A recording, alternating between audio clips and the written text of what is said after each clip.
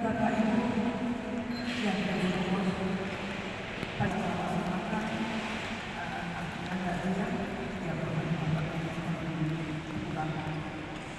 untuk selanjutnya sebelum itu acara ini acara telah selesai. Saya sudah acara mohon maaf ya ada kurang acara ini.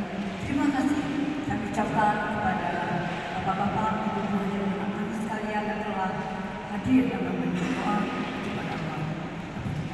Baik, sebelumnya kami mohon kepada anak yatim dulu untuk dapat mengambil makanan yang disediakan, dan untuk bapak-bapak, bapak PRT, Boni beserta 2 orang tamu tetap di tempat akan disediakan hidangan juga, jadi tidak usah.